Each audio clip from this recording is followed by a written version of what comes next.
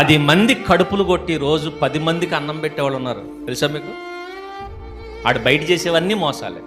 కానీ సంవత్సరానికి ఒకసారి ఊరందరికి ఏం పెడతాడు? భోజనాలు. పైగా పేరేంటి తెలుసా? అన్నదానం. అన్నదాత ఈడు సుఖీభావ కాదు. సంవత్సరం అంతా చేసిందంత పనికిమాలిన పనులు, కానీ చివరికి ఏదో ఒక మంచి కార్యం వీళ్ళు అనుకుంటున్నారు. కానీ దేవుడు దాన్ని కూడా ఉండి తెలుసా?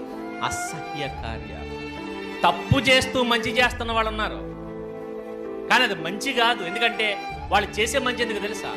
ఈ సంవత్సరం అంతా చేసిన పాపాలు దేంతో పోగొట్టేసుకుందామని అన్నదానాలు చేసి, వస్త్రదానాలు చేసి, ఫలదానం, ఈ దానాలు చేసి పోగొట్టి, అంటే పాపాన్ని కడిగేసుకోవడానికి పుణ్యం చేస్తాను అనుకునే వాళ్ళు ఉన్నారు లేరా?